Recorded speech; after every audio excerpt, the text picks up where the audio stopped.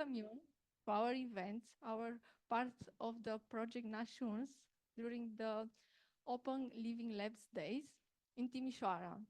It is a great pleasure to welcome you and to invite you to see, let's say, some points, some ideas, some know-how, knowledge from our, let's say, estimated speakers and experts that we have it during today. Um, my name is Simina Lakatos. I represent the Institute from Research in Circular Economy from Cluj-Napoca, Romania. And today I have the, let's say, opportunity to moderate the first panel. Let's see some technical aspects. During our events, everything will be, let's say, registered. For the online part, we'll make pictures, and I hope that everybody will be agree with this. And I go forward to show you our, let's say, grateful and to thank you because you took some time for your time to be here. And I saw that we have many, let's say, partners and collaborators and guests from different parts of the world. Let's say Romania is here on the first three positions, but we have guests from Spain, Germany, Hungary, Turkey, and so on. And for this, we thank you. And I want to tell you that I saw that most of you are from academia, from research. That means that here it's a lot of knowledge. And I hope that we will share this knowledge in order to co-create for our future projects and to come with innovation, because it's important from the European mission, from the soil health, and for that 100 living labs and lighthouses that European Commission want to accomplish. Related to the next part, I will cross very quickly to our next panelist, who is Gabriele Cotorci from Trust ID, a very good partner for our project, and we hope that he will share the most important result that we have it for our project. Thank you, and I welcome you to be part of the nation project. Thank you.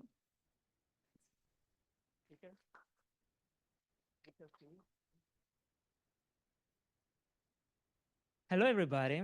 So we are here today to wrap up the NATI00NS project, because actually this is our last event after the second round of national engagement events. We had held about 44 national events across EU member states and associated countries. And we have also run 6 thematic events around soil-related issues, together with 4 webinars this year, which were addressing specific topics related to the proposal preparation. I would like to thank Simina Lakatos and Loredana Birgovan for their incredible organizational skills and helping us in building up this event today.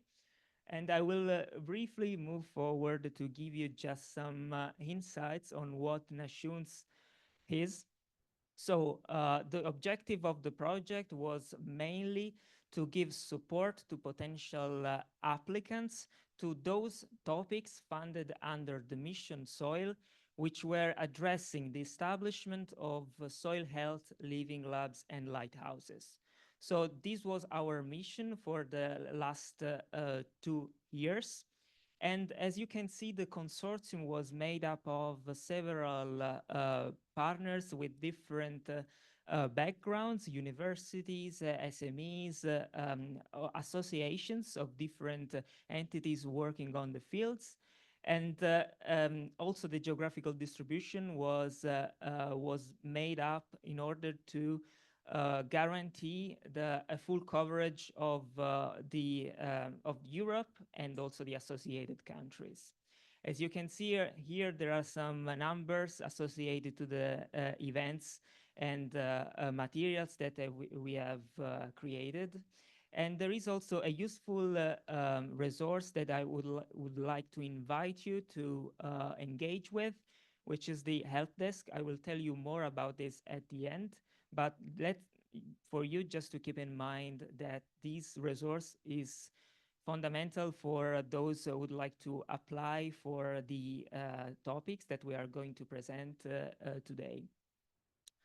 So including the materials that you also find here at the OpenLivingLab Days, you find the fact sheets. We created some materials for you to get the most useful information about the four main land use types which revolve around the topics funding the soil health living labs. And another one about the funding opportunities, where you find information about the topic description. So basically, what I would like to highlight here, and as you know, probably, at least for those who are attending today here with us, most of you have attended the session this morning of the main conference, where we explained the scope of the mission soil, the role of the living labs within it, but some passages of the speeches today were quite interesting, and I want to highlight some aspects of them. So as you know, the soil mission goal is to establish a full network of 100 living labs and lighthouses which address specific soil-related challenges. So the mission soil goals and implementation revolves around the involvement and engagement of several categories of actors revolving around these four categories.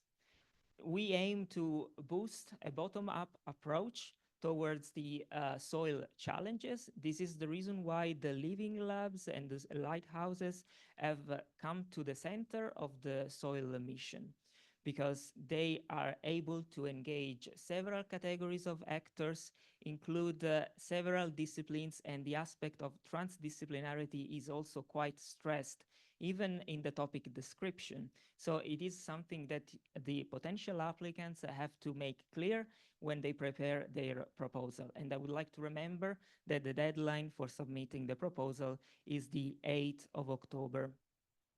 So we are here at the very last segment of this journey towards the submission of the proposals.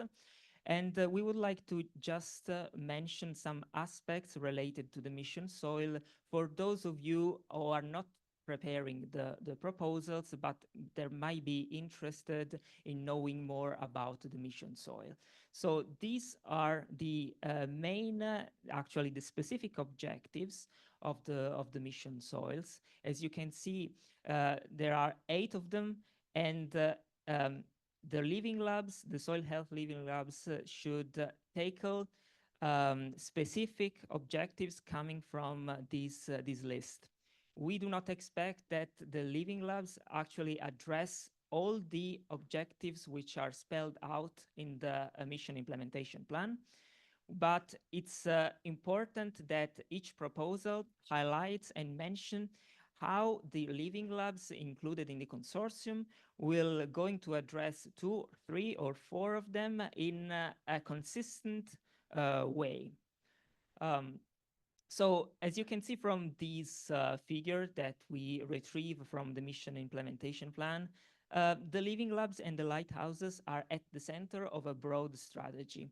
Their role and activities should focus on research and innovation activities towards improving soil health, but also testing existing solutions which can be replicable and scaled up.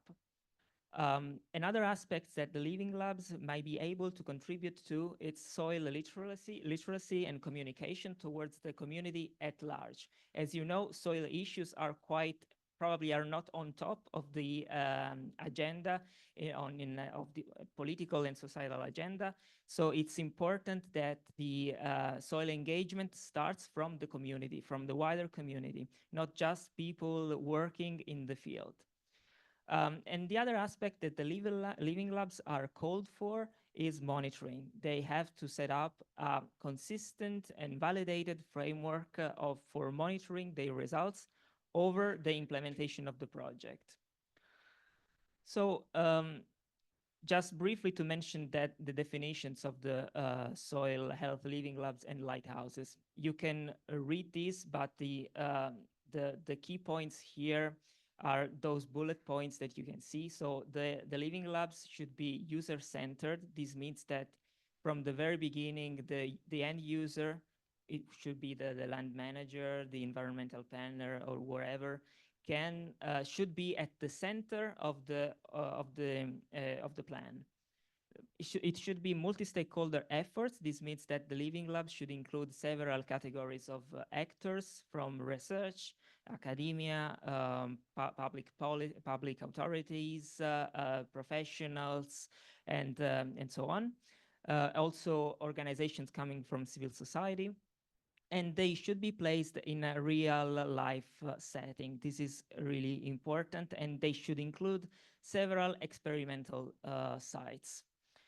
The lighthouses that can be included or not within the living labs are places where validated solutions can be demonstrated, the training courses can be put in place, and also communication efforts can be carried out.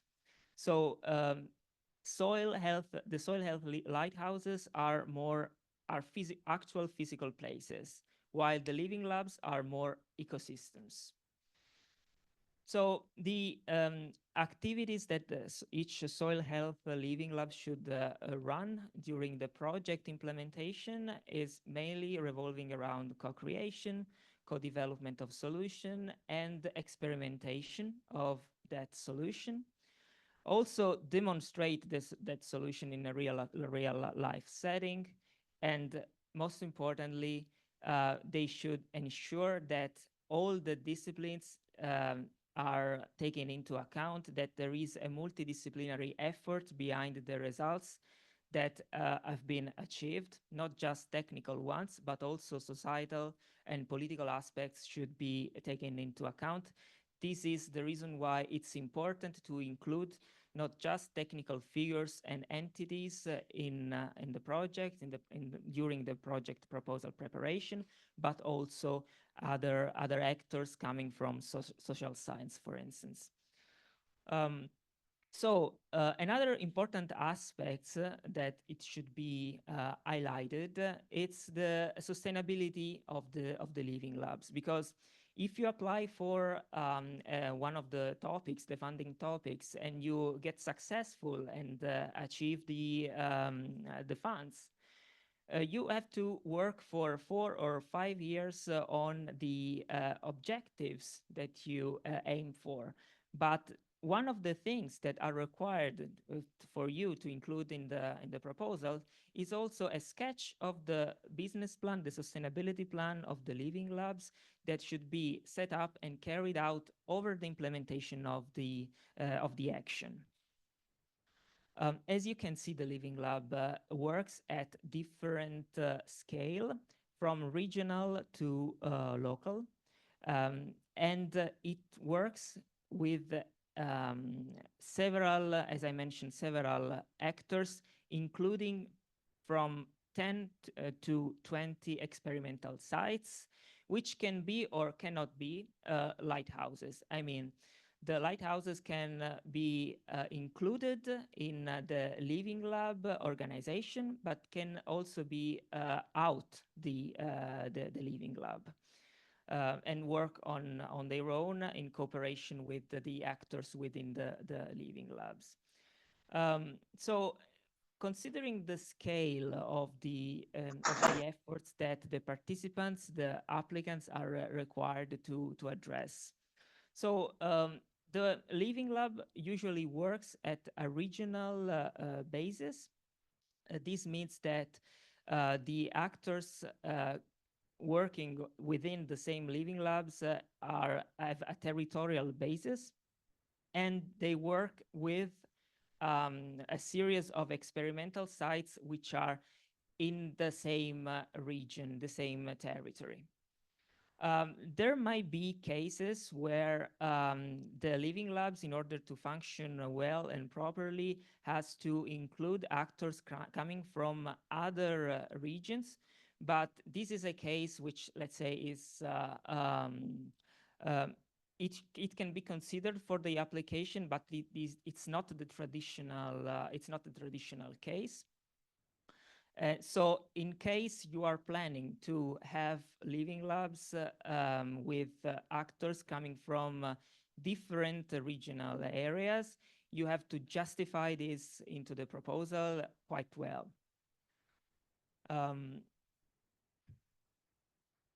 Okay. The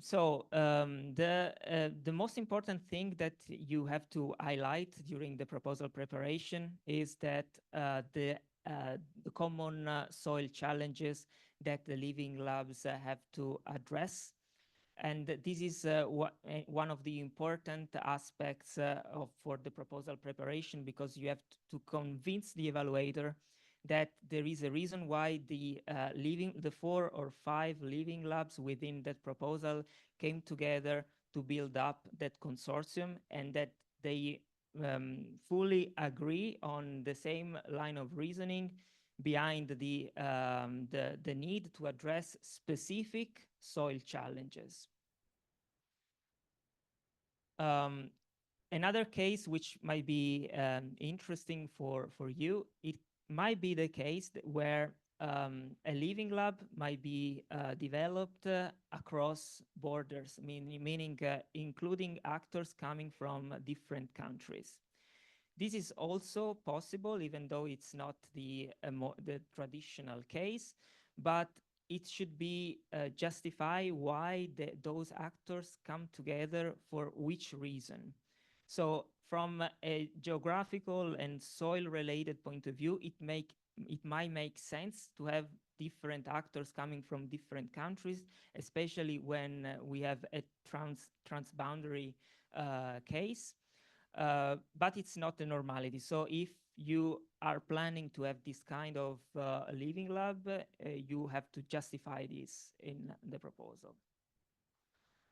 So this is how the project works. So mainly the coordinator and the other partner have to coordinate the efforts of 4 to 5 Living Labs within the project consortium, which have to include from 10 to 20 experimental sites each.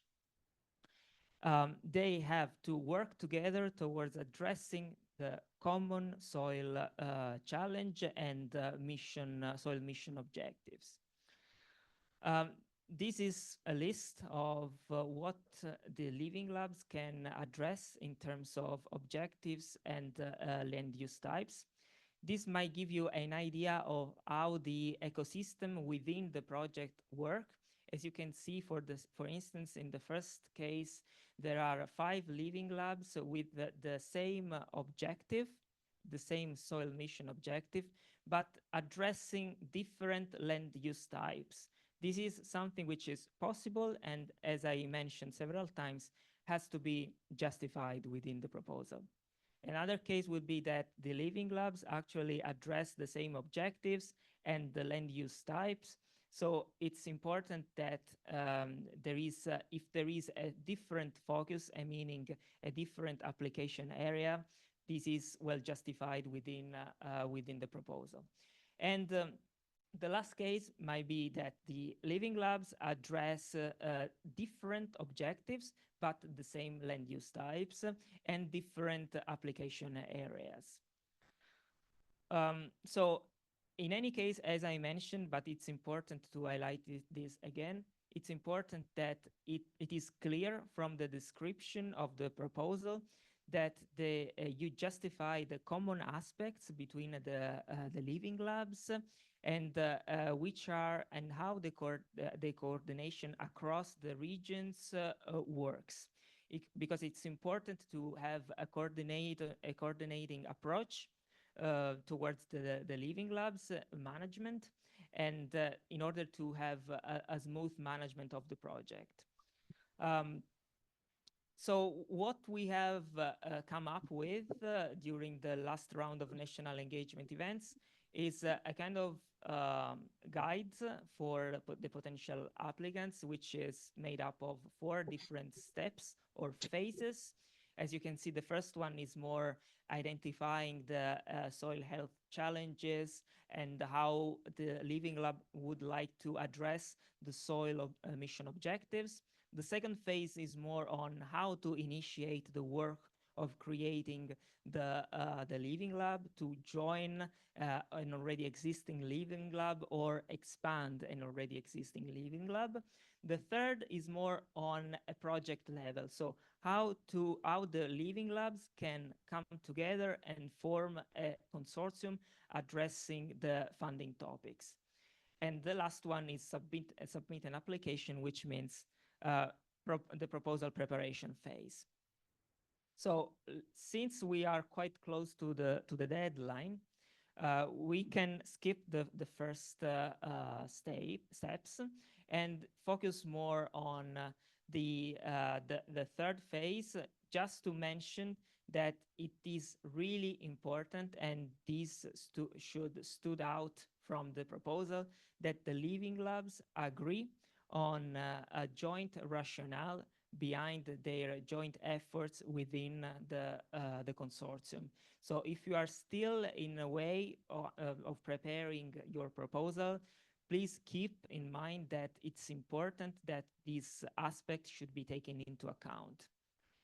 So since we are approaching the 8th of October, I suppose that most of the consortium have started drafting their applications. And in order to do that, they should define specifically which their roles are within the consortium, and also set a benchmark in order to measure, to gauge the expected impact in terms of soil health improvement throughout the development of the project, the implementation of the project. In order to have a better view of these aspects, I would recommend that you go through the FAQ that you find on the NATi00NS website, and that you use the NATi00NS training and capacity building material that you find on our website, including the recording of webinar courses, fact sheets. There are several resources, such as a list of mentors that can be contacted to which you can ask questions related to the proposal preparation. So just to wrap up, so NATi00NS have been engaged in the preparation and organization of several engagement events throughout its implementation, and you will find the recordings of these events online. So it also might be useful to find the recording of the event in your national language for increase the accessibility to the recording. You can also use the matchmaking platform, or I wish that you have already used the matchmaking platform in order to join other consortium or find potential useful partners for your consortium. The other aspect that I would like to highlight here, as I mentioned it at the beginning, is the help desk. Please ask us as many questions that you, if you have doubts, if you need any clarifications on specific aspects related to the text of the call, please do not hesitate to get to our website and send us your questions. As I mentioned, the webinars on Living Lab methodologies are available on the project website. Together with the list of mentors, they are available for you to give guidance, even last-minute practical tips on how to improve your proposal. And you will also find the recordings of the thematic events that went out last winter. And if you think that you might need any other support for the proposal and you should include other actors, you can always rely on the matchmaking platform. I would like to conclude by just saying that today we are just guests here of the OpenLivingLab Days. Today there was this interesting session on the mission soil, where it was also highlighted that the project NATI00NS will hand over its activities to a soil startup, which has already started last January. Soil Startup will provide support to the network of living labs and lighthouses, but also to the potential applicants, as NATI00NS is doing up to now. And with this, I would like to introduce you Giulia Campodonico, who is the coordinator of Soil Startup. She will tell us more about it.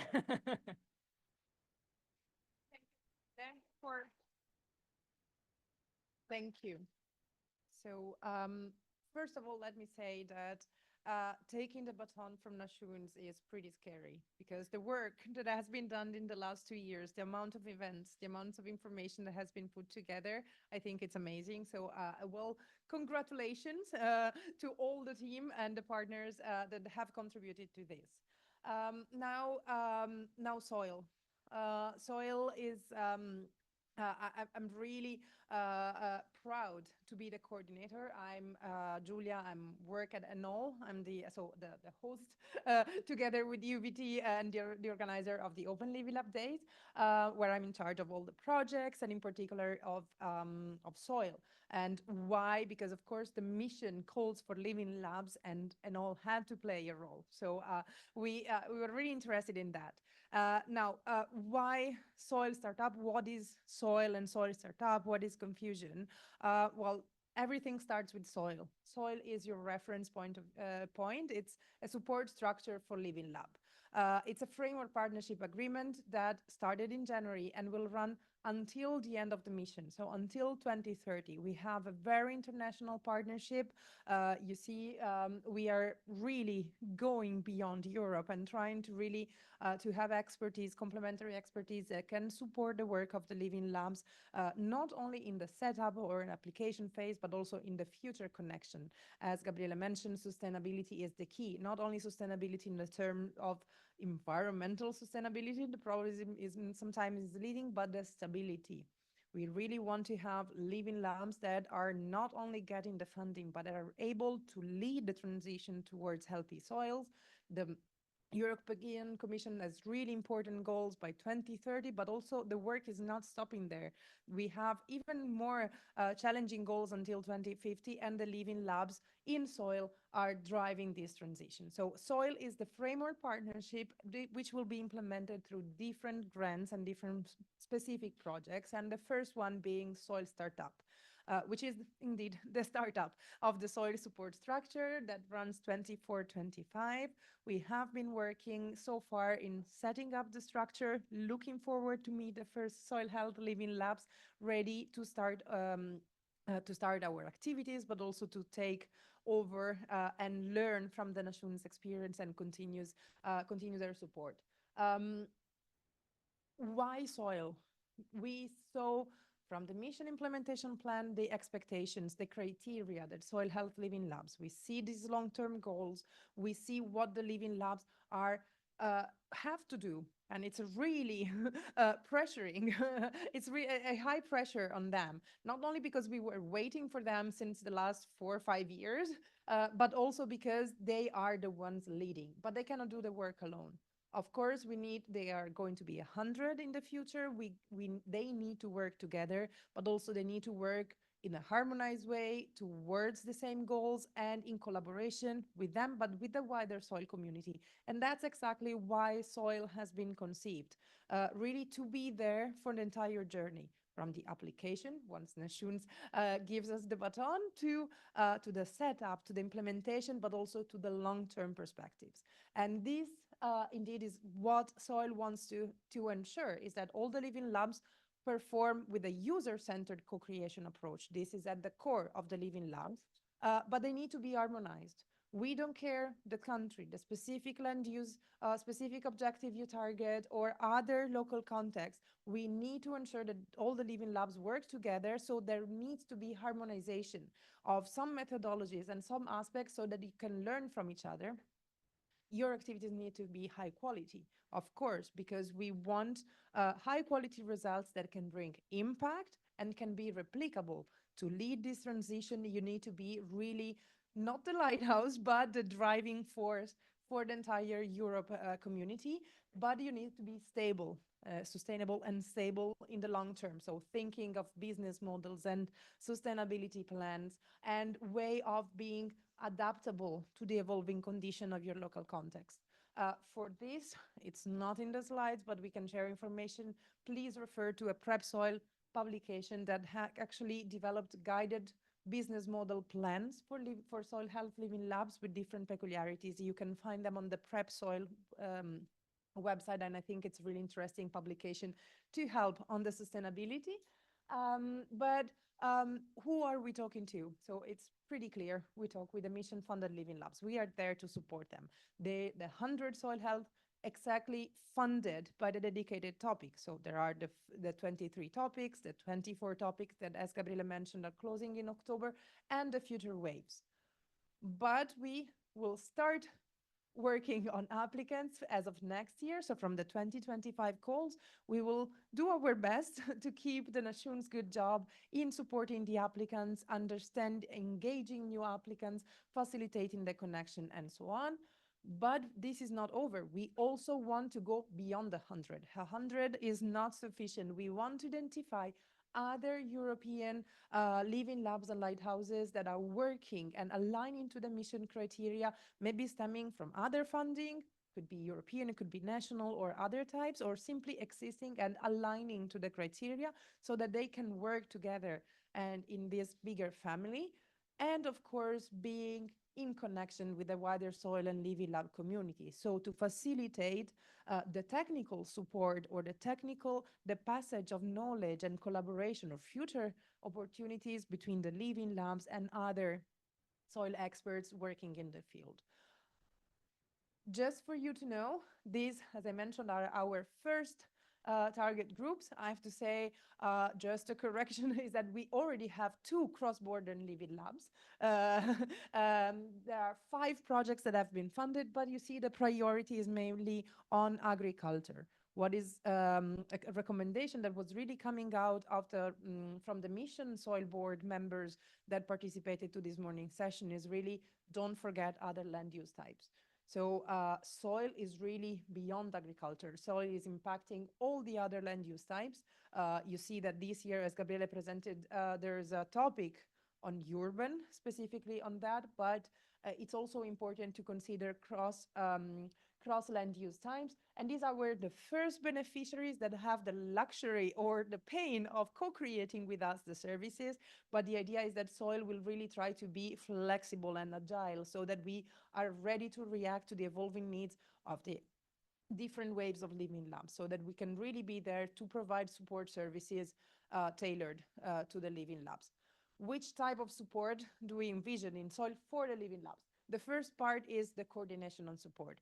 It seems already quite challenging now with 25 living labs. It will be more and more important to keep a constant update of the contacts and the progresses of all the different living labs, and to be there, to also for just contact management of understanding what are the living labs. Engagement and promotion. We will be the voice, we will aim to be the voice of the living lab. So to promote the work of the different living labs, facilitate their work and sharing of knowledge. We will be there to support them. The Soil Partnership and the Soil Startup Consortium brings together experts on living lab methodology, but also technical soil aspects or cross-cutting disciplines. And we are there really to define a capacity building to meet the needs of the different living labs. We want to facilitate knowledge sharing and the networking. As we said, the living labs needs to work together. We will have dedicated area for the living labs to work together. All of this will mainly happen through the Soil Hub, which is about to be launched. It's a web platform where all the communication, also with future applicants, can take place for knowledge repository and live communication, contacting and stuff. But we will also monitor to understand, not only to report to the European Commission, but also monitor the progress and the areas where the living labs needs further improvement or where they're really the driving force. So we can also provide always updated information for future applicants with recommendations and guidelines that are really aligned to the requirements and to the actual activities, but also identify where the living labs can learn from each other. Maybe in some living lab are more advanced in aspect A, and the others are can learn from that. Oops, there's something wrong. That was the right one. But as you see, we are offering a lot to soil, and this needs to be taken into consideration in your application. So if you're preparing your application, you will see in the topic, it's already mentioned to plan collaboration with soil. And what do you need to plan? We have 3 level of activities that we plan. It could be in person, and for this is really important to consider both personal time and cost, of course, and travel cost for traveling to in-person activities. We also have several online activities for which personal and time and costs needs to be considered. And in particular for the first part, sorry, I'm blind. I should know it by heart, but I don't want to say something different. So the network training. So here you see the different details. You also have the fact sheet here. So we consider around 3 days for at least one person per living lab to attend our in-person training. We want to organize mutual learning engagement events, so it's around 1 or 2 days for at least one possible. Of course, when possible, we don't want to overwhelm with the living labs. They already have enough expectations, activities to do, and so on. So we try to join activities. So whenever possible, we don't want to overload with additional events. But we also want to facilitate the open fields site visits, because only looking at what the living labs are really doing, we can have sharing of knowledge. I realized working with living labs that I gained best impression and understanding of what living labs are really doing only when I visited the living labs and saw what they're doing in hand. We also have online, and this is, for example, thematic group training. We will focus on specific aspects, and any living lab participant can join and be and improve in their activities. We will have coaching sessions, so only for the living labs that will follow all our training activities, we will offer some dedicated coaching and mentoring for their activities. We said also that we will monitor. To do monitor, you will need to dedicate time to the self-assessment survey that usually is every 6 months. Is an online questionnaire that the living lab will help the living lab also resonate on what they are doing and what they can do best, which will be followed up by some monitoring qualitative interviews by the soil team every year. And as I mentioned, the Soil Hub, our online platform, is the place where we will promote the Living Lab. So it's also important to consider time to share your news. We want to be the promoter of your activity, of the Living Lab activities, but we need time for that. And finally, of course, again, we are trying to promote the Living Labs, the people behind the Living Lab. So it's important also to consider some communication time on providing news or organizing interviews for communication. Not related to soil, but really important to consider. It's some relevant soil mission activities to be considered. The Mission Fair Soil Week. The next one is the European Mission Soil Week, happening from the 12 to 13 of November in Brussels this year, and the mission thematic working groups that are established with all the projects funded by the Mission Soil. And it's really a platform and an area for learning and exchanging and understanding what is going on. So these are not related to soil, but it's important you don't forget about them. Just so you know, the same leaflet with the same information is yeah, I know. It's that one that Linda, my colleague, is showing and that you have found on your seat, is available on the Soil Project website or in the NATi00NS booth. But as I said, we are trying, we're hoping to keep up the great work of NATi00NS. So which activities are we going to continue and provide support to future applicants? We have three major areas for the support to applicants. The first one is the supporting the setup of the Living Labs. Also, so at the regional level, as Gabriela was mentioning, then facilitating the creation of consortia, so putting together different Living Labs or support partners, but then always providing advice and support. And here you see many of the same activities that Gabriele already mentioned. You can see the color coding on which objective they respond. So we will continue the engagement activities, probably will not go country to country, but we will try to reason more at macro regional area in Europe. We will continue providing updated guidelines and recommendations. We will continue the matchmaking platform of NATi00NS. So if you are there, don't worry, you will not have to register again. If you're not there yet, register there, and we will take over also for the next years. We will also offer pitching opportunities for the different applicants to really present their ideas, so to facilitate this consortia creation, mentoring. Again, we will continue the national language and context for dedicated coaching in the different countries, dedicated trainings, and the help desk that will be shifted from NATi00NS to soil.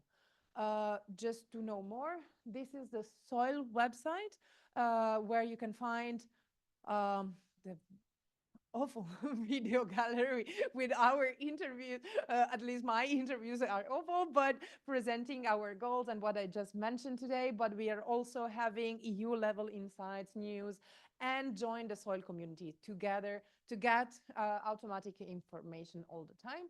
And that's it.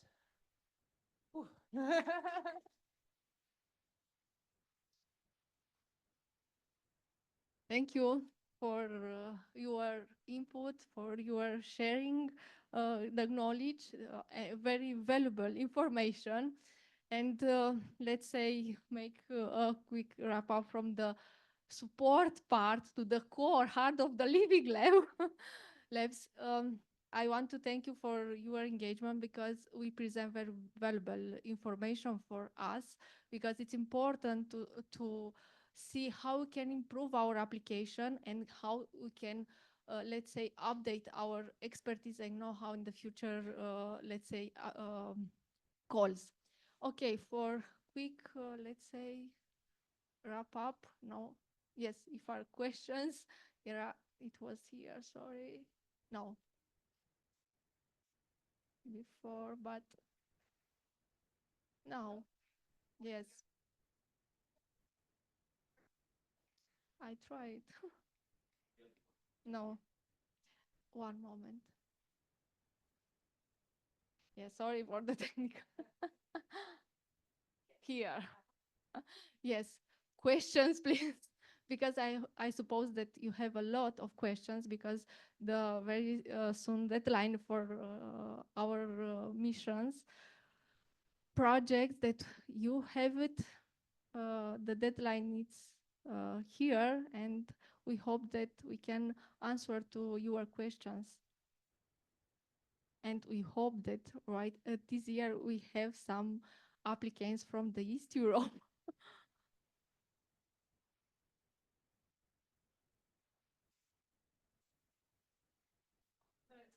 No, just to know that there is a consortium.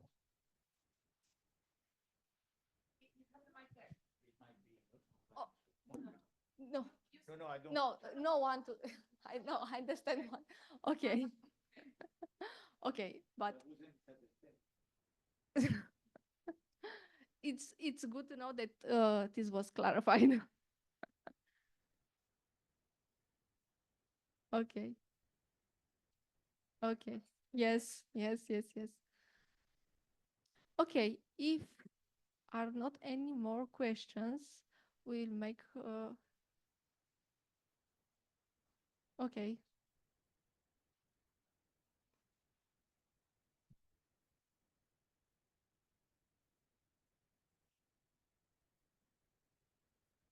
Thank you.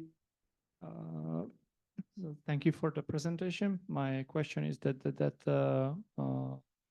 since we know the short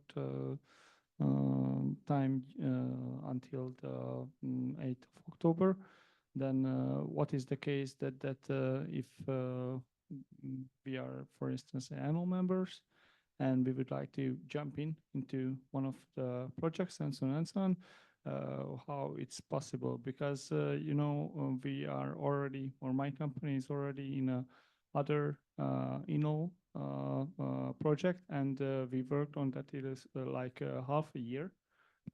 So how it's supposed to be possible that we only have like 2 or 3 weeks? Thank you.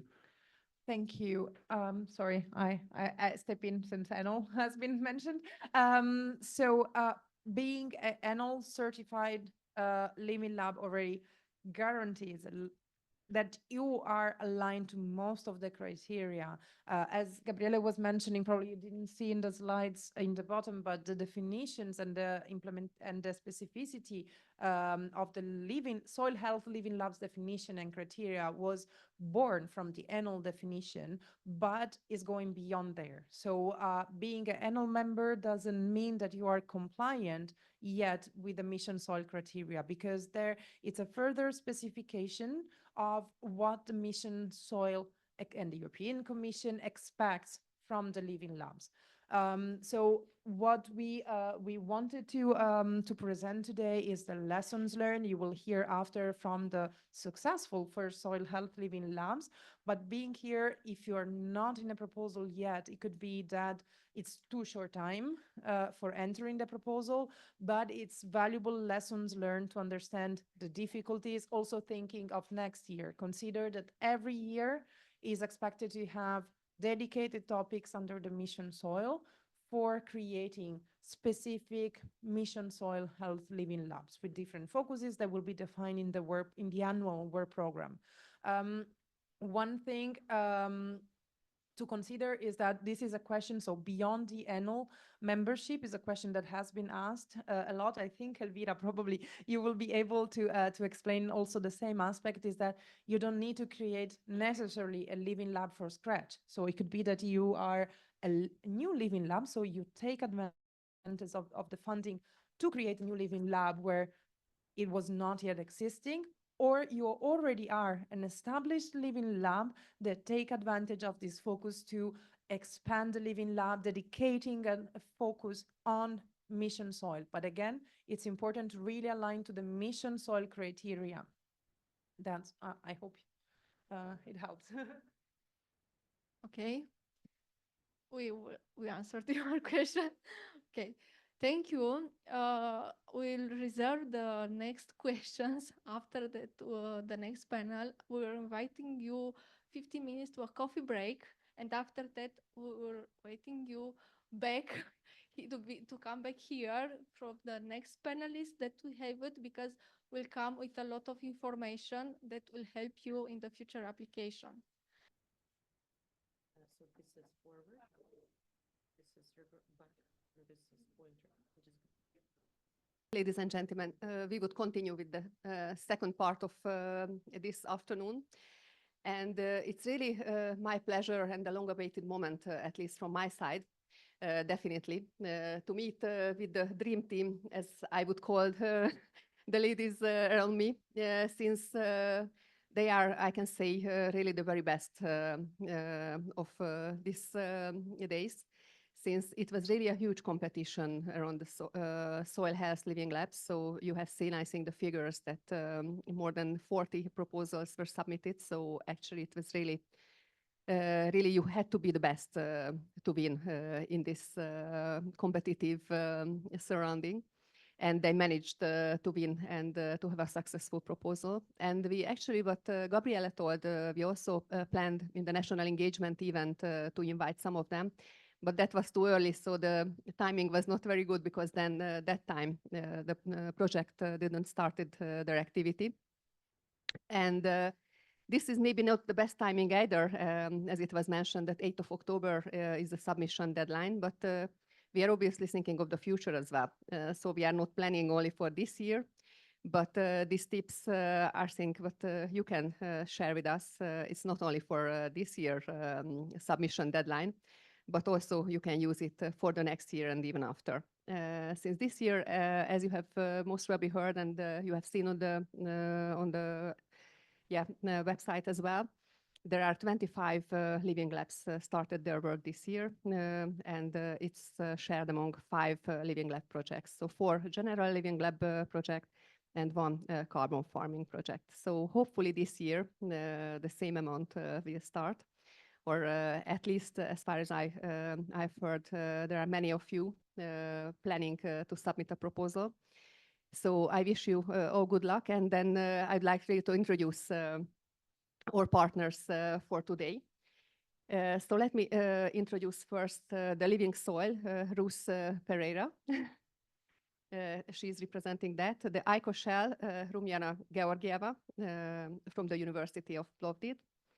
The Go for All, Elvira Marin Irigaray, sorry for my pronunciation, I hope it was okay.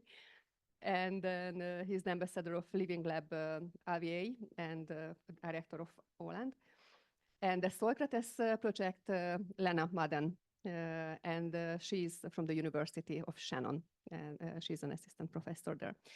So thank you very much for coming here. And then in the first round, so really, which is our plan for today, is sharing the, let's say, life-saving tips and extra good advices for those preparing a project. But first, we would like to learn a bit that what is your project about, because since they are very new, I think very few people knows what's in the project at the moment.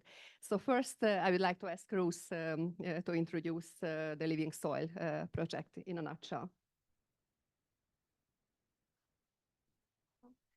Thank you very much. Thank you for the presentation, and thank you to Nations for the invitation to be here today.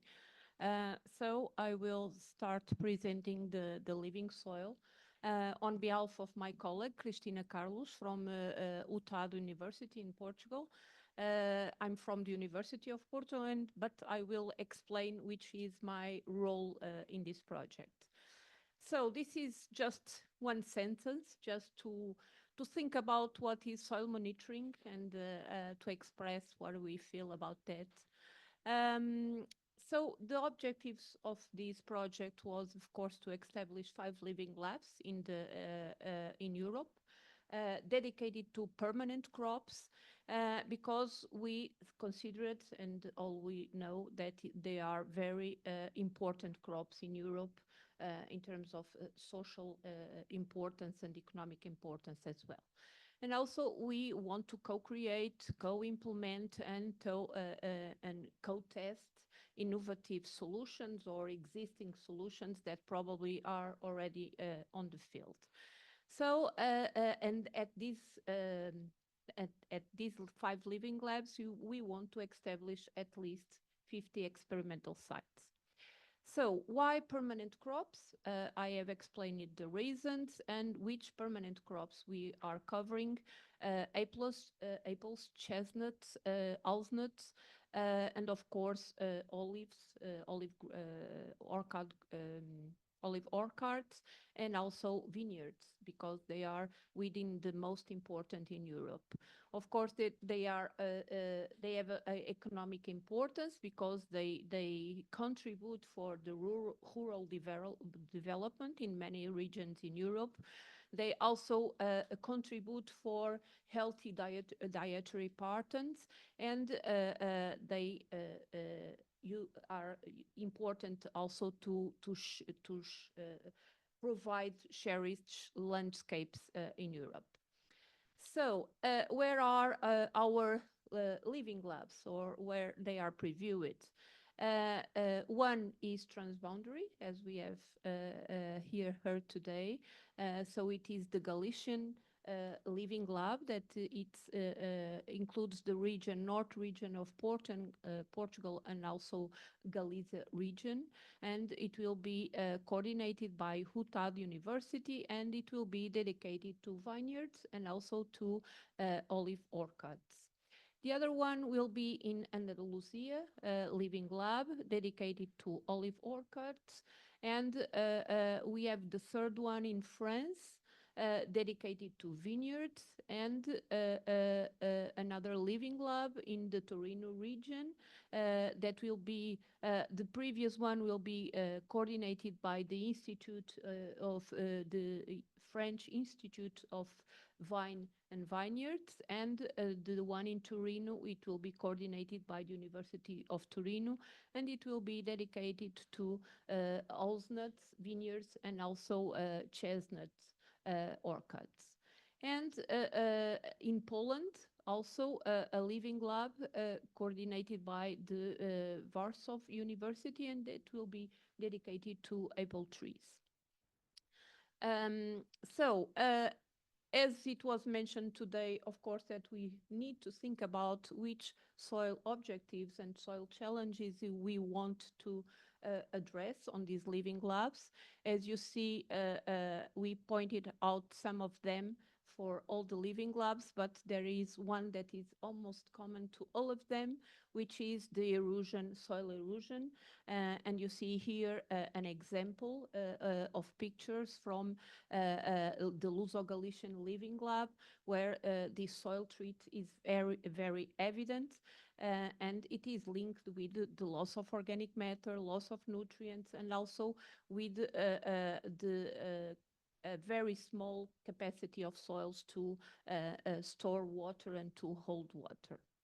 And is another picture that shows you what happens usually, for example, in the Douro region during the winter due to the erosion of these soils. So what was the rationale for cooperation and why we join in a consortium?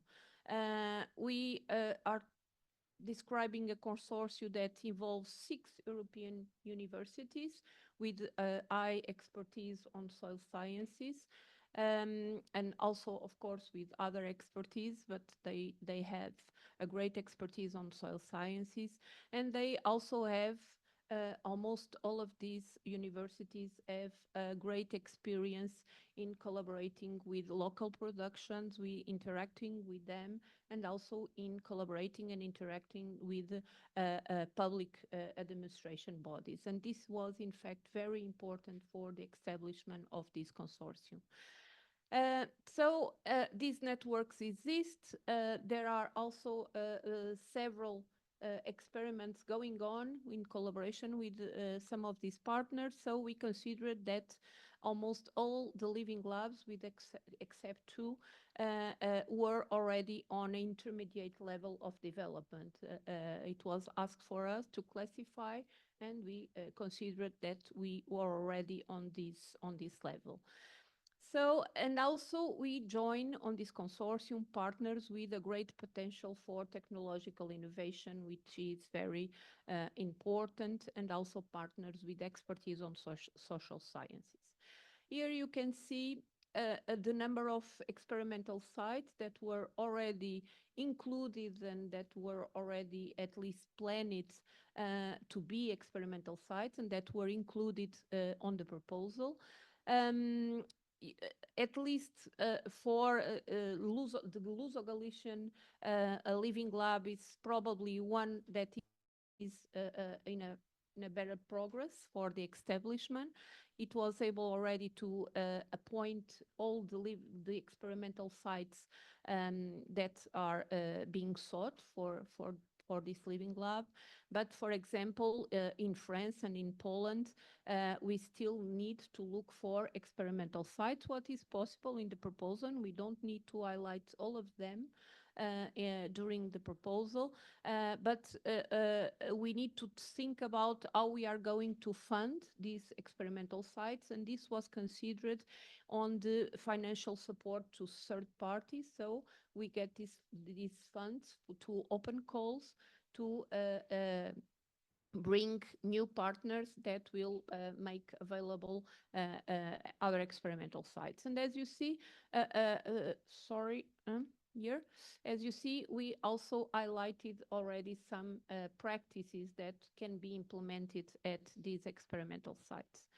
So I will not go into detail in all of these specific objectives that we have defined, but you see that at least you can see here reflected all that has been mentioned by nations that should be on these calls.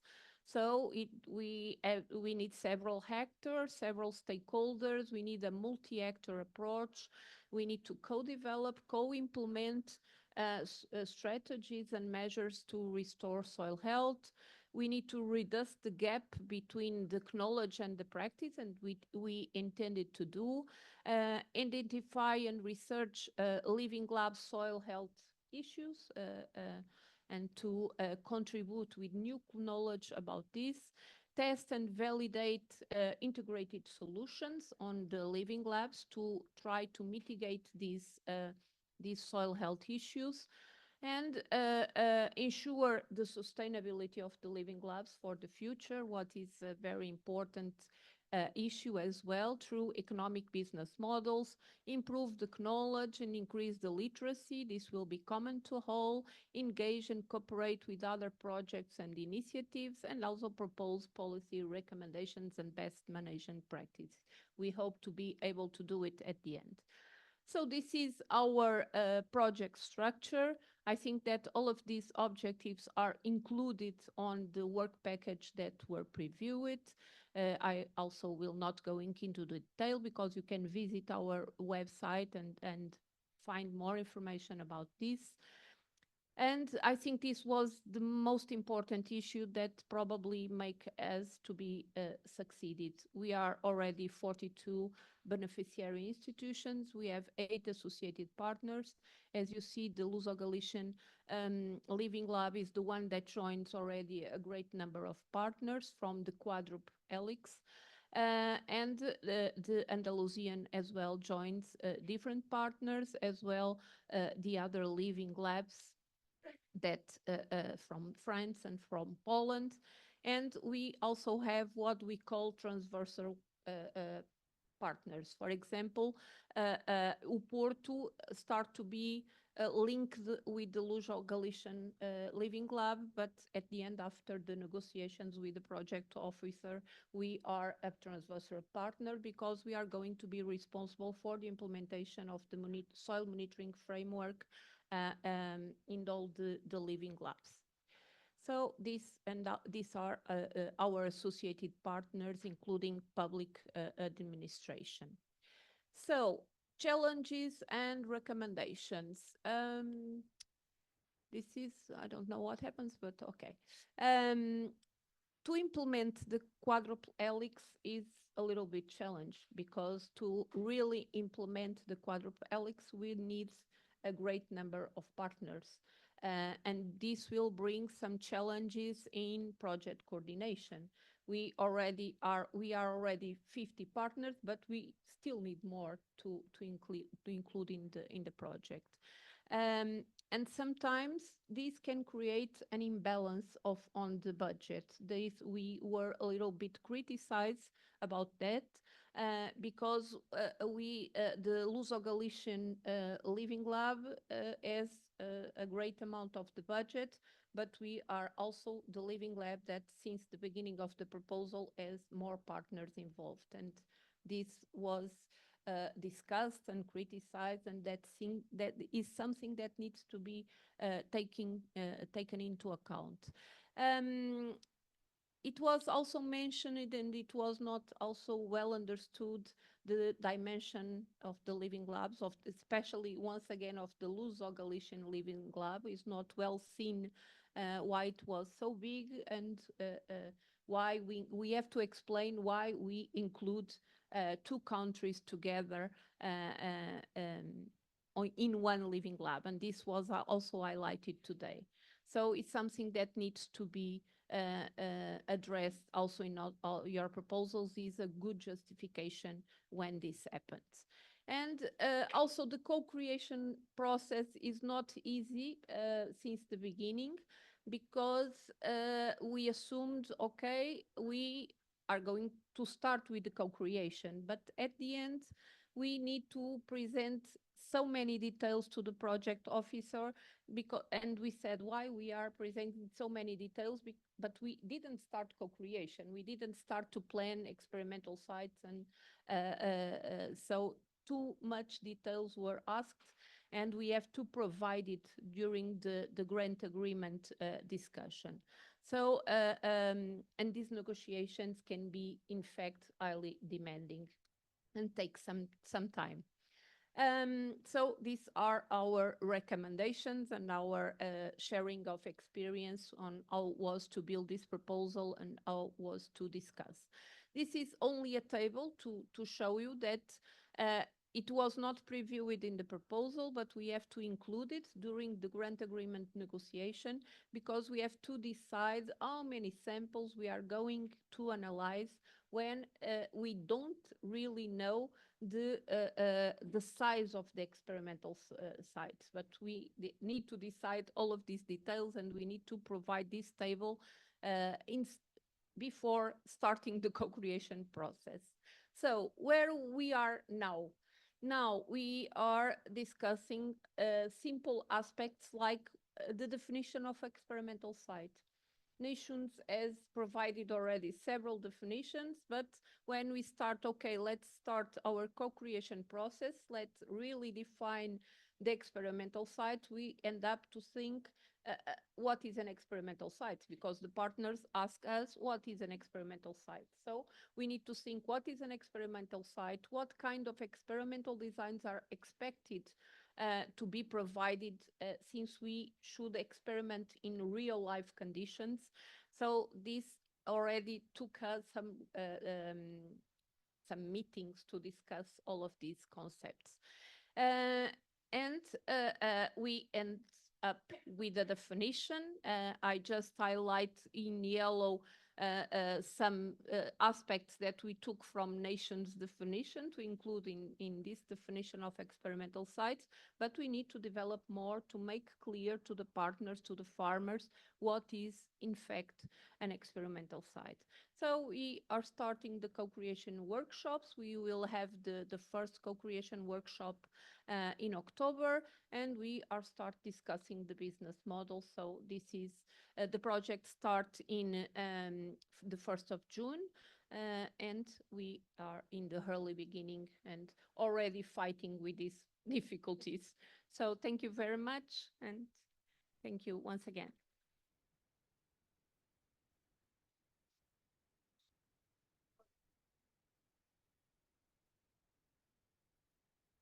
Thank you very much, Ruth. So I think you have already answered my questions, which would have been concerning, yeah, let's say, for example, consortium building, etc. So it was great that you mentioned those ones. And then, as we discussed already in the break, that being the first one pioneering in this exercise, that has some challenges, for example, yeah, even finding the right definition. So thank you very much once more. And then I would give the floor to Rumiana Georgieva from the ICAM project to introduce it shortly. Yes, thank you for the invitation again. I will try to be a little bit short because of the time. The project is in the very, very beginning. We were approved and we started work now in this month. And what is hidden behind the acronym ICOSHEL, Innovative Co-Creation Soil Health Living Lab. The aim of the project is to bolster the restoration of the soil health and secondly, to support the ecosystem services. For this time, we will establish 6 different soil living labs in 6 different EU countries, and the one of them will be in Bulgaria. And I will give you now insight in our living lab. In the heart of the Bulgarian Living Lab will be the vineyard of our university, the Agricultural University of Plovdiv. Our university maintains 30 hectares of vineyards, and we have more than 400 local as well as foreign wine and table grape varieties.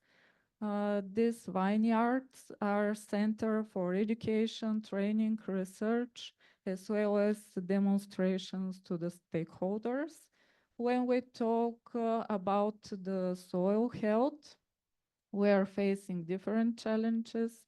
As the colleagues already mentioned, we have loss of biodiversity, low content of organic matter, also degrading soil structure, but we faced also the insufficient process of knowledge transfer to the farmers as well as to the society, and we will try to address all these challenges. Our shell includes 4 different groups of partners, and every partner here has its own tasks and responsibilities. For example, the private companies on the solution, as well as Sumitagro, will be responsible to provide the new technologies, the innovations that must be tested. Our university, together with the Institute of Soil Science, will develop and validate new organic matter additives to improve the soil structure as well as the soil health. And together with the National Agricultural Advisory Service, we will showcase this innovation, technologies, models, and then this will enable the easier adoption and adaptation by the regional organizations. And probably at this point, you think, what is the role of the farmers? We will contact farmers and include them because we will co-create together with them. We will design, we will monitor and validate all these new and novel technologies. And all this will be integrated then in the educational network of students, researchers, farmers, agri-food tech companies, as well as NGOs and other interested parties. We plan to build field research on 10 different sites, and we will test different solutions. Every solution will be tested at least on 3 different fields.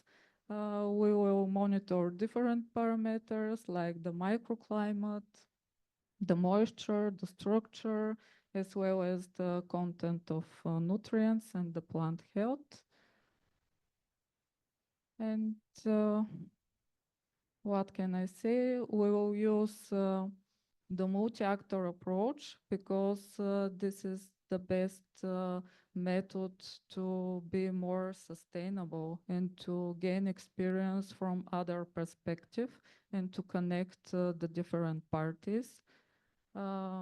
Maybe the biggest challenge that we will face now will be the co-work with the farmers because we have to search for motivated and aware partners that want to be involved in this.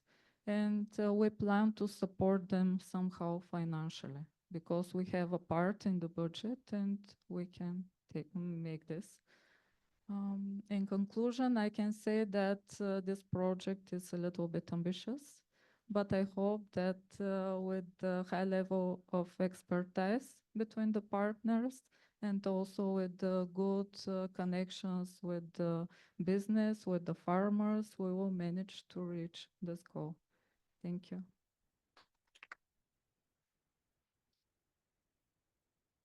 Thank you very much, Rubiera, and it was nice to hear. And then, yeah, I assume. Thank you very much once again. And yeah, it's a tricky part what you mentioned, the third-party financing. So that's kind of new as well, and to manage with so many partners. So I think we will think of that later as well. And now I'd like to give the floor to the Go for All project, to Elvira. So just to introduce shortly your project. Thank you. Okay. Yes. Okay.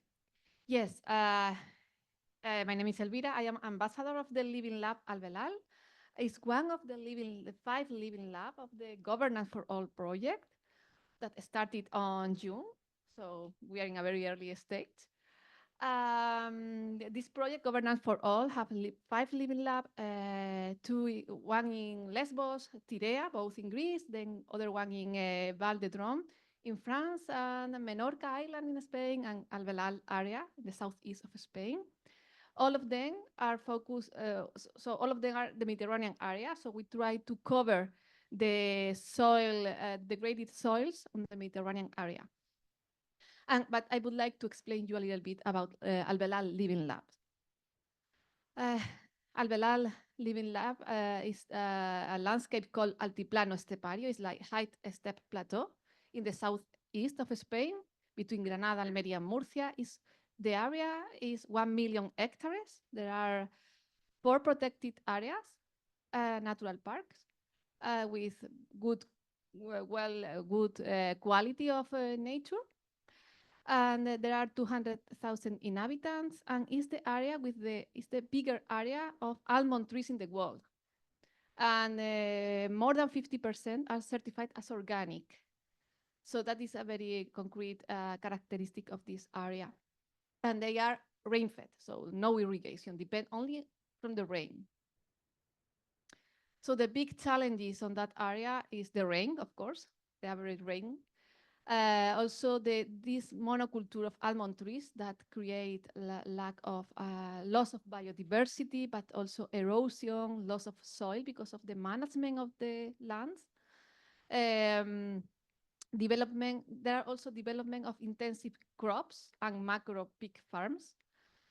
But all of this has caused a lack of opportunities for young people who want to stay in this rural area, but also the population. Yes, Albelal started in 2015, so 10 years ago, as an association of farmers, researchers, entrepreneurs, and local government that want to cover the issue of land, so degraded landscape. And started 10 years ago to work on this holistic landscape restoration project using the framework called 4 Returns, 3 Zones, 20 years, developed by the Dutch Foundation Common Land. The 4 returns are the return of natural capital, the return of social capital, the return of economic financial capital, and the return of inspiration. And we want to do this in 20 years, 1 generation, to restore the landscape. Yes, the idea at the beginning, Albelal started with the idea that it's necessary to have all the stakeholders involved to restore a landscape. Not only the soil, is more than only soil, but soil, of course, is the base. So from the beginning, Albelal started as a living lab, but without the name of living lab. It was only an association of people with the dream to restore a landscape, and tried to develop action with all the stakeholders and with all the points of view. So at the beginning, Albelal started doing a map of a stakeholder, and this is more or less how it looks, this map. So farmers, they produce the food and manage the soil and water. Local government, they are in contact with the whole society and can develop public policies. That is super important. Also in the governance in all the living labs of governance for all, there are a local government involved as a partner. Researcher, because they develop scientific data for farmers and also for advisors. And they have the power to convince with the evidence. A student, so children and a student from the university will be the future farmers or politicians. The companies connect consumers and connect the farmers with the consumers and create the added value. And of course, other associations, because they raise awareness, train, and build capacity. So Albelal developed this living lab and is part as a living lab in 3 projects. 2 of them are European projects. One is Farm for Climate. So we are working with other living lab in Italy. We have a partner here from Italy. So the idea is to develop a community-based organization with farmers focused on carbon. So it's the co-creation of this community with farmers. Governance for all, focus on from soil mission, focus on look for the best governance model to have a healthier soil. And Bioregional Weaving Lab, this is a program developed, led by Ashoka, not from the European Commission, that tried, Albelal is promoting a manifesto for a regenerative territory, co-create with all the 82 local government, with the objective to promote systemic change and for policy influencing, for landscape restoration. Yeah, thank you.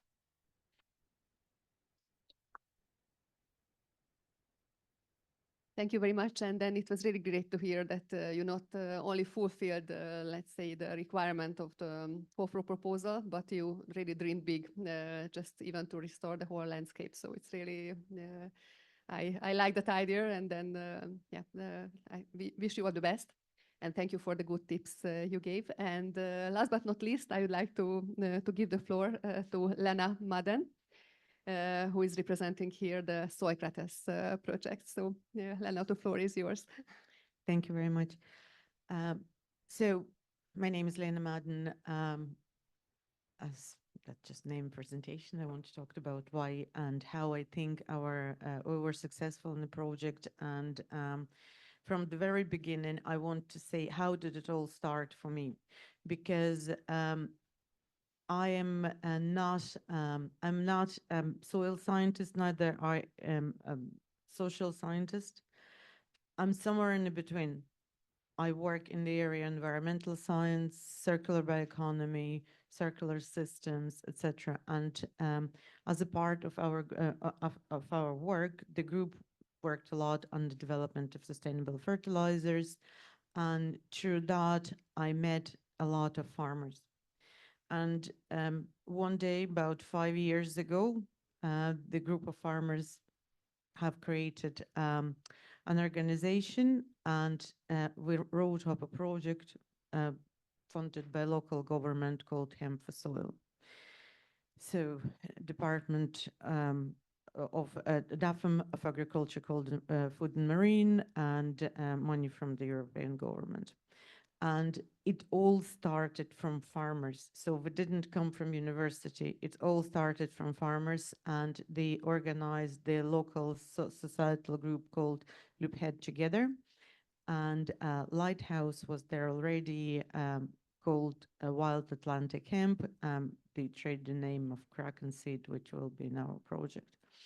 So they approached us for scientific expertise and helped them to test soil, to test biodiversity of the soil through just in microbial levels and vertebrates, etc. We all know as soil scientists how it goes, although I'm not a hardcore soil scientist. So the very beauty of this project was that these farmers came together and wanted to do some improvement to the soil and to the life, and they created organization and they had a leader and they approached the university. And also we looked at the biochar as a secondary soil improvement. So hemp plant. I was working for sometimes on the stage, had the PhD students in the area of hemp as a plant for cannabinoids, hemp seed, etc. But now we started looking at hemp for soil and biochar for soil. So we're looking at 9 farms. We designed experiments, we did seeding, application of fertilizer, whichever else, and the amount of interest and success and farm walks and local community events, all the small, it was only 70,000 euro project span out. It was incredible. Okay, so ever after that, I was looking, and they all had a drive to continue. They all had a drive to continue. What else can we do? Because 2 years is not enough. We need to do more. So, and that's how Mission Soil started for us, for our Living Lab. And we, TOS is not a lead on the Living Lab. We lead on the project. We're not project coordinator, we're lead of the Living Lab. And when we were approached by the project coordinator, I thought the absolutely amazing opportunity to join. And very important, I think, for the application to make sure that when you looking at what European Union wants, these applications will be different in different years, to have a look exactly what they're asking of you. Okay, so if they're asking you to include the societal, socio-economical research, that has to be there. And again, nations, coordinate with nations, coordinate with your local contact points, etc. But for our Living Lab, the comment was made, I think, by the European Union that we already had farmers included, lighthouses included. We knew exactly who will be participating. And it's led by the province of Friesland, which is government organization. There are 9 universities from different countries involved. There are lots of societal structures, as I said, in Ireland, was loop head together. But I also, through that experience, found others and work with them before we started applying. So going into the soil crates application, we already had the whole quadruple helix assembled. So this is just some of the, I don't think that we included, I copied that from the coordinator's presentation for European Union. So I don't think they had everybody, it's only 19 partners here, but we have 21. And we did have some difficulties because French university, Assam becomes Sinam. And yeah, that was one of our, at the time of grant preparation, that was a challenge because all the work had to be redone, etc.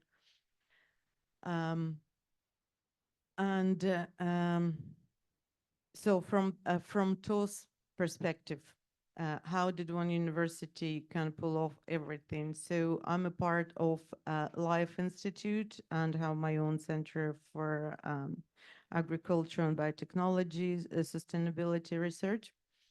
Then we have SDRI, which is Sustainable Development Research Institute. They mostly focus on the rural development, on the energy, environmental science. and we also have Software Research Institute at the same university. So all come together. We were able to offer expertise to the coordinators that they required, and that included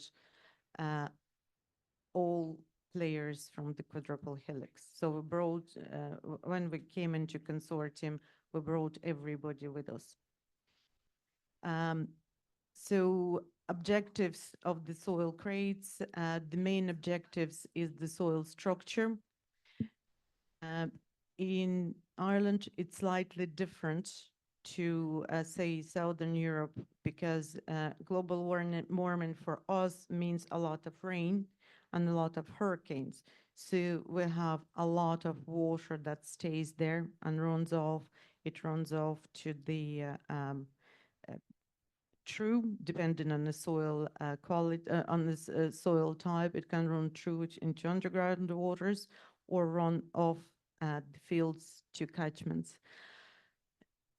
And then the challenge of nutrient pollution begins. Okay, so that's why structure soil has to be addressed, so that's the soil retains the nutrients, and that is one of the main objectives. But we're also we're also looking at biodiversity. We're also looking at soil, at other soil qualities, ecosystem services, etc. There are 4 living labs in our project, led by province of Friesland from Netherlands, and they have 4 local universities in there, and they have a lot of, as you can see from the table, it's all local participants and associated partners. This is all farms and industry involved. Then we have a French Living Lab led by Hessam, which is now Sinam University. So once again, we have every living lab make sure that we have included all farmers and other structures.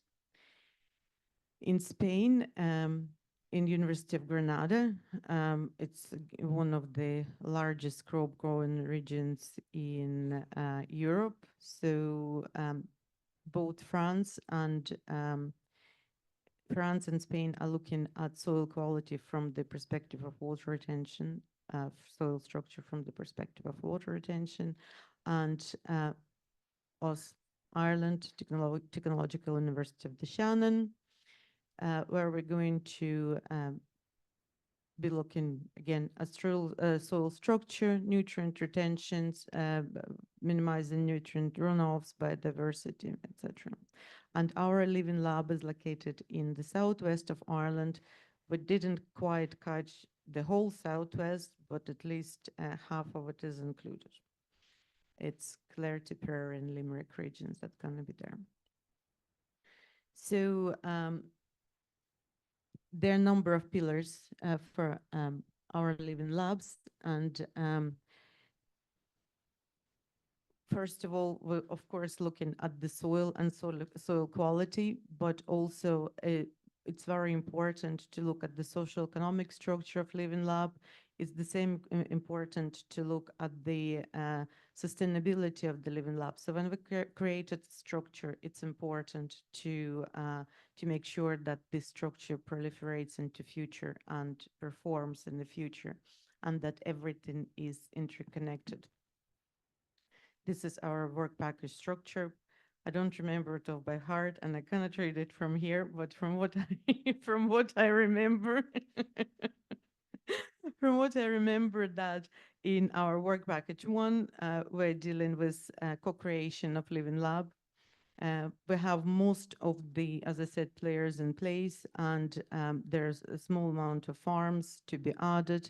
I expect it to be about 15 to 20 in each country.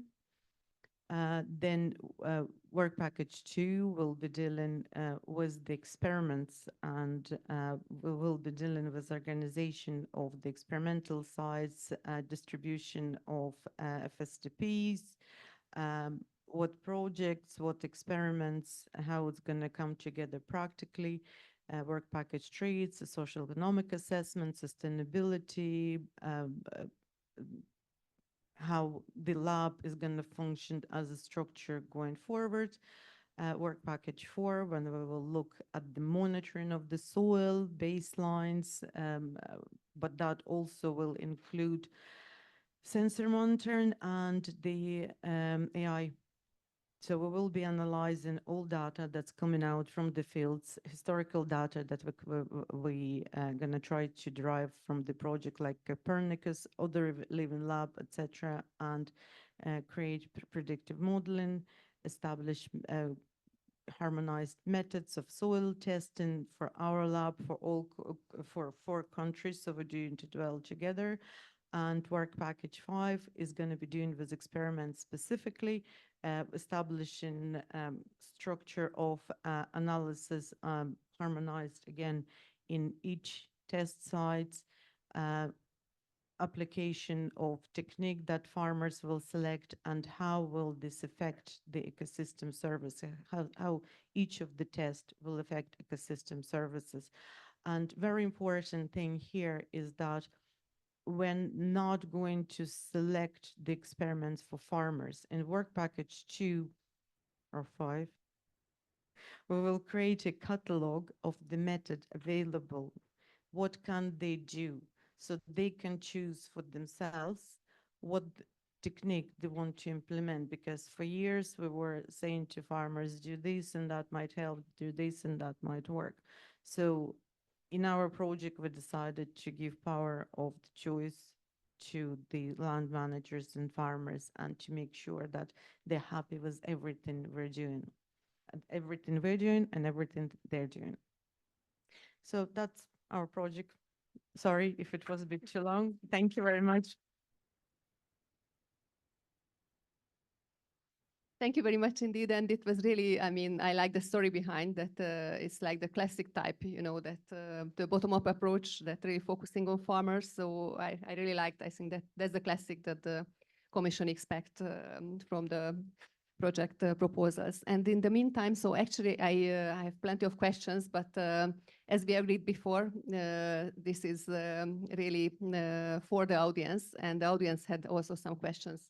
So sorry, I'm not checking my mobile, but only for the questions. So that's why I run up for it. And then for the time being, we received 3 questions, actually 2 for Julia. I will receive it for later. First, I would start with our panel members. And the question is saying, I have to use my glasses, that how do living labs work with agri-tech businesses and startups, and not included in the multi-acre approach? And it's the question is from Einar Vastveit from Norway. So I don't know who feel the way who feel to let's say reply to that. Did you work with agri-tech businesses, any of you, during the proposal writing, or did you include any of them in your project? Among the consortium members, maybe? Do you have experience like that? Will you go first? Yeah. You can. you can.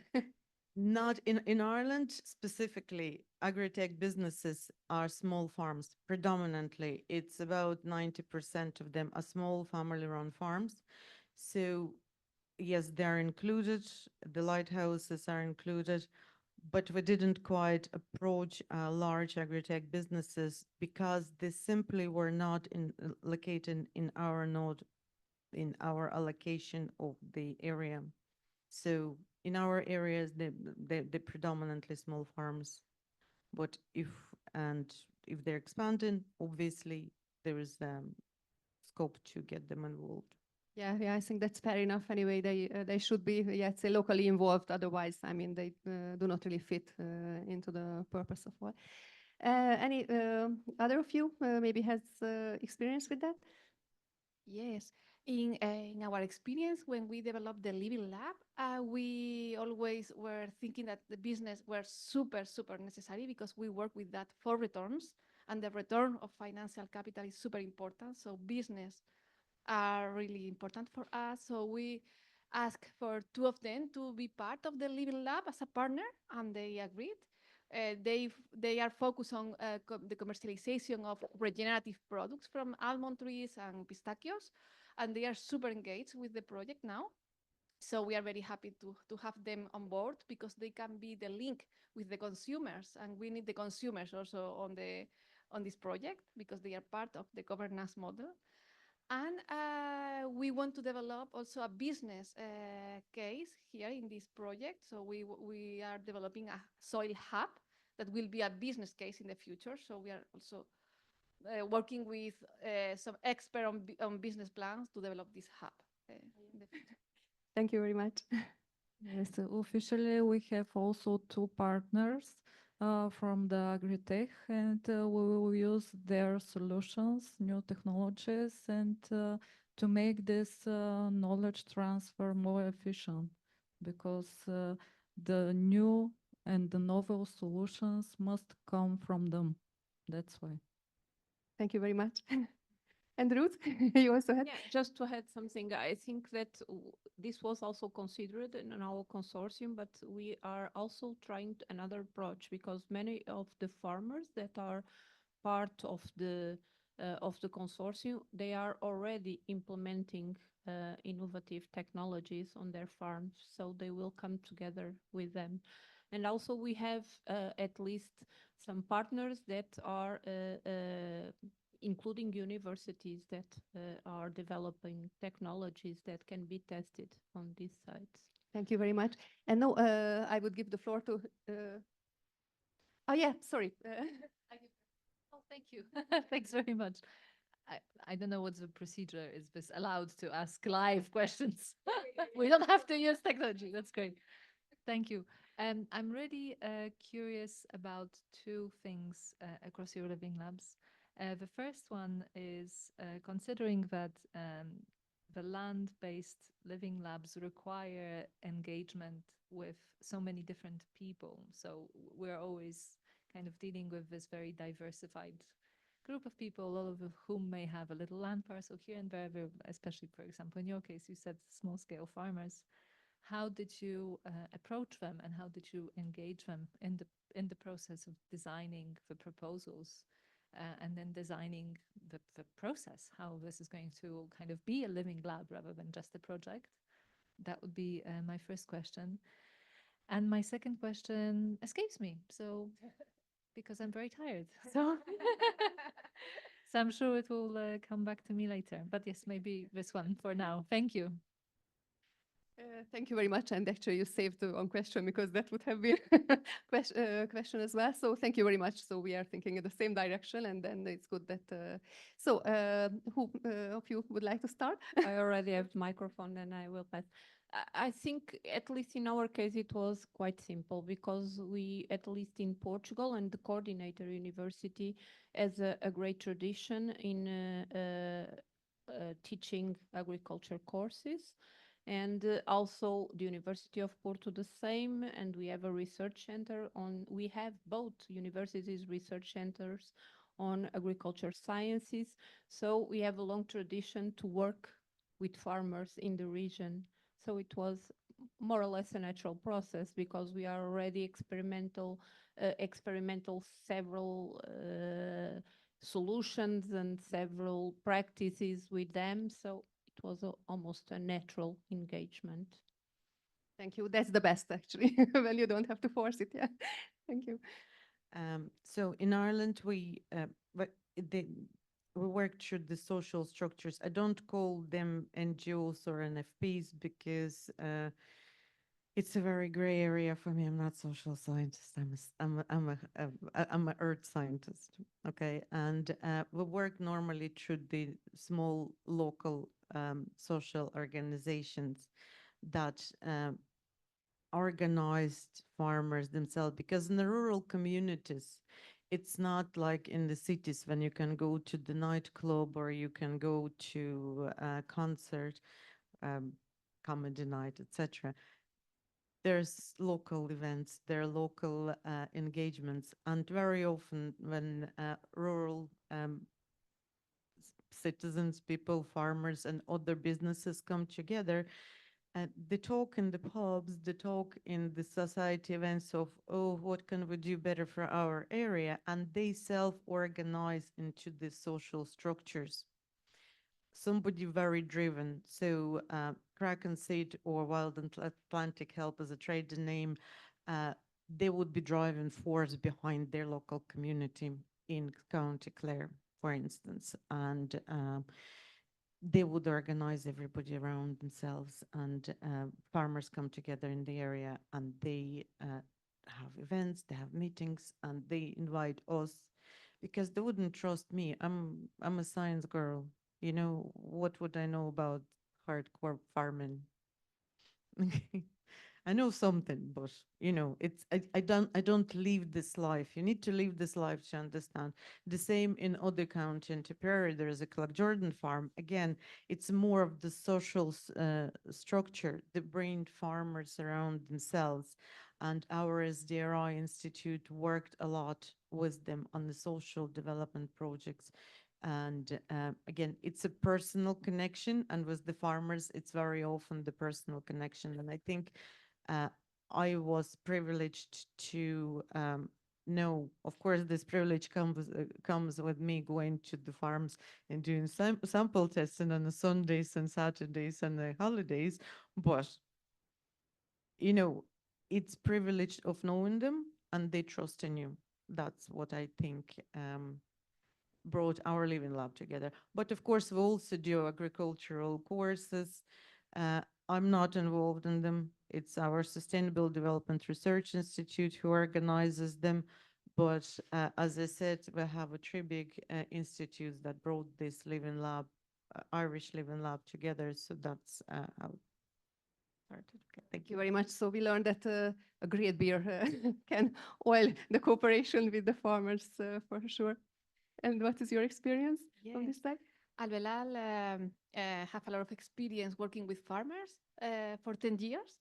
So it's a local organization of farmers. So have a lot of connection, personal relation also with the farmers. Albelal have also a team of advisors who visit the farmers, and they have a lot of connection. There is a lot of workshop with them, training. So there is a lot of connection. Of course, we think that to have a facilitator expert on board on this project is super important, because they have the methodology, to engage more and more farmers. And during the project, there will be 15 farmers there will be experimental sites, and those will apply to be an experimental. So from the 400 farmers that are members of Albelal, they can apply to be an experimental site on this kind of project. Thank you very much. And you? In Bulgaria, the connection with the farmer is a little bit more easy, because in Bulgaria, my institution is the only one which is educating people for agronomists. And that's why this is the only place where the people can gain this education and experience. And the people have trust in us, and I think that it will be easy to motivate them. Thank you very much. And yeah, I think unfortunately we are running out of time. So I don't know whether maybe just last final question from here. Yeah, I mean, you can repeat. No problem. I remembered my second question. So I'm a social scientist, and you may have heard me speak before. I do truly believe that for us to achieve soil health, we need to transform the way that we live. And that means transforming organizations, and it means transforming agro-food systems, for example. So beyond monitoring soil health change, how are you engaging with monitoring or understanding the societal change that your living labs may be fostering? Thank you. Yeah, interesting. So I think, yeah, I mean, just I think for those of you who already thought about that, so I think it's not necessary that everyone should reply on that. It's a tricky question. Yes, it is tricky, and I'm not sure that I can answer this. Yeah, and it goes over time. So actually, there are some societies where, yeah, the changes are bigger than the society can consume that. So it can happen. I don't know if I have the answer.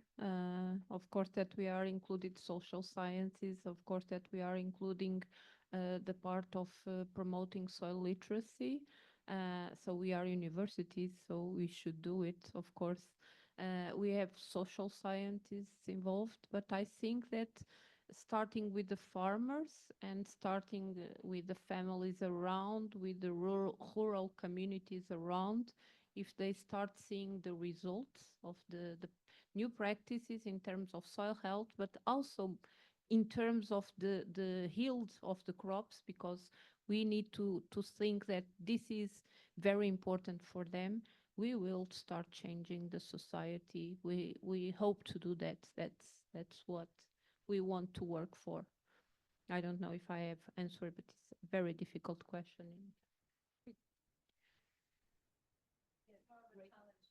Challenging, but in my early days as a scientist, and I dismissed social science as I was like, I'm such a hardcore scientist. It's just, oh my God.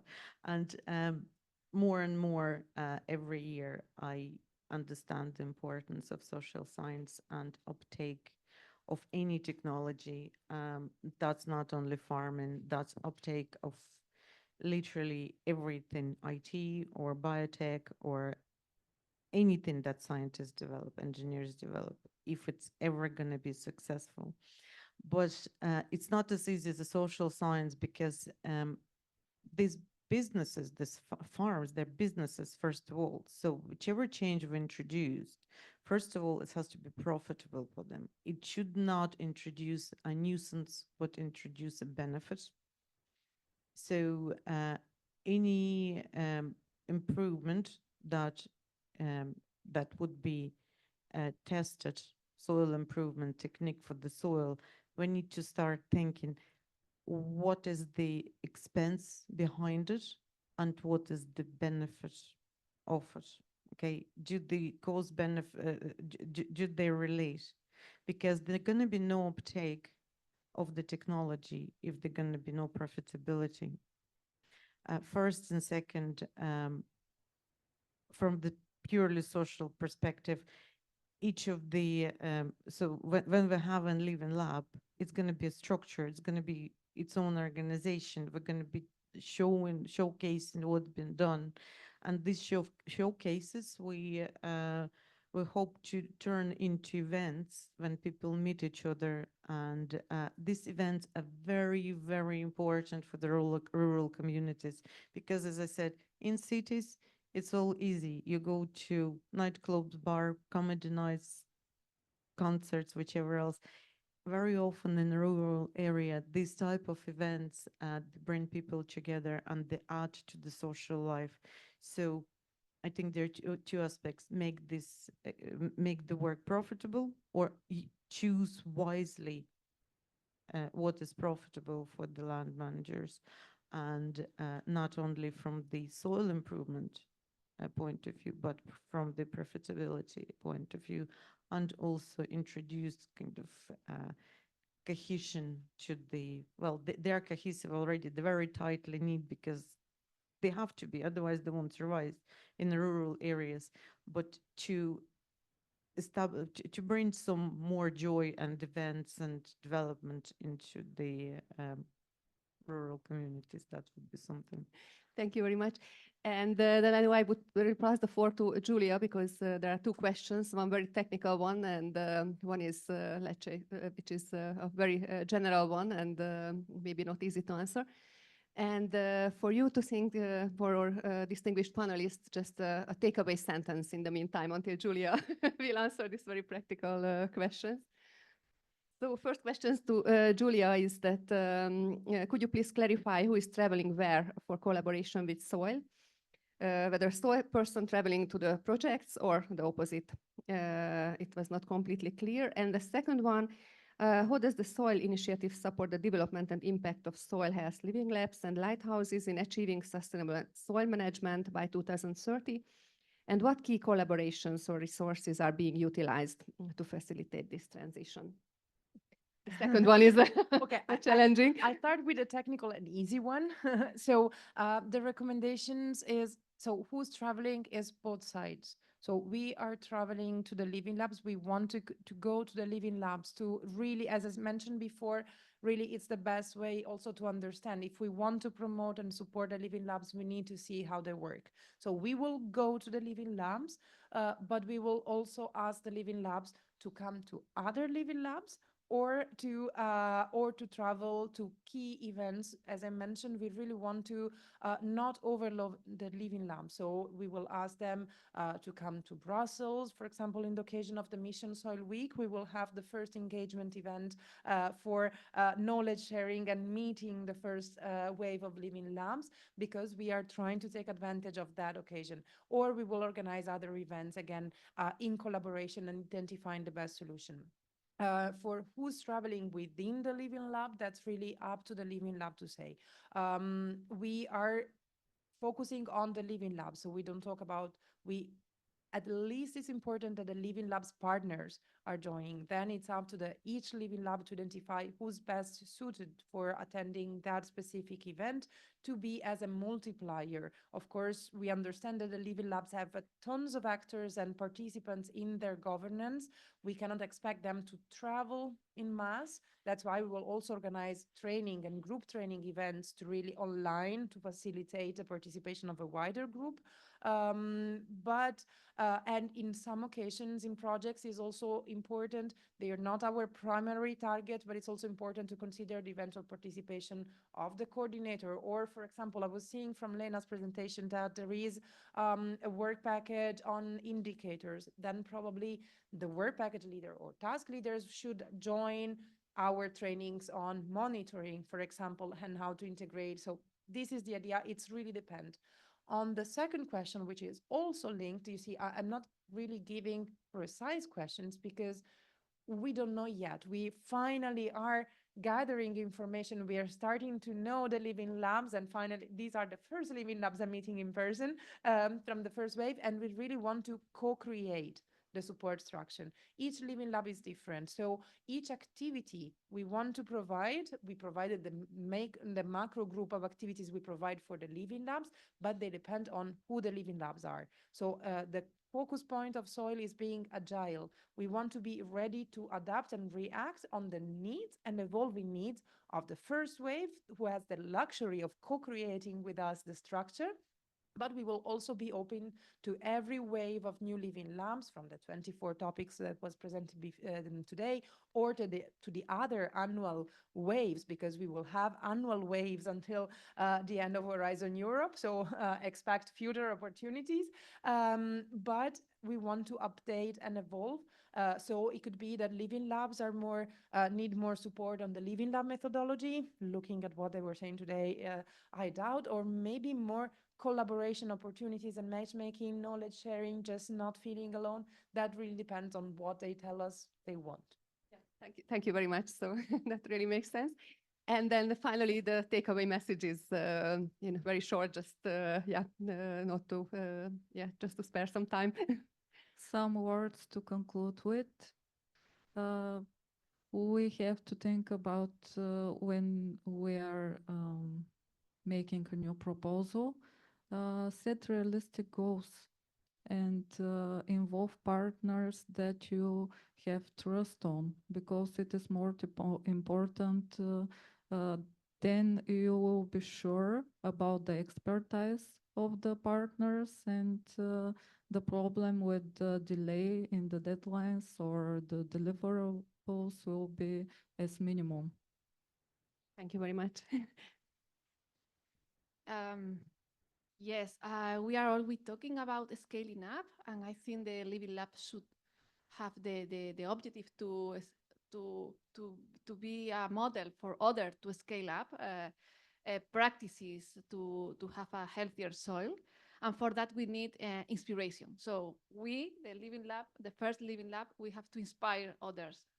I think that is our mission now. Yeah, I totally agree. That's why the mission soil projects are more than a normal project, because that's part of a mission. It's a great responsibility in this, yes.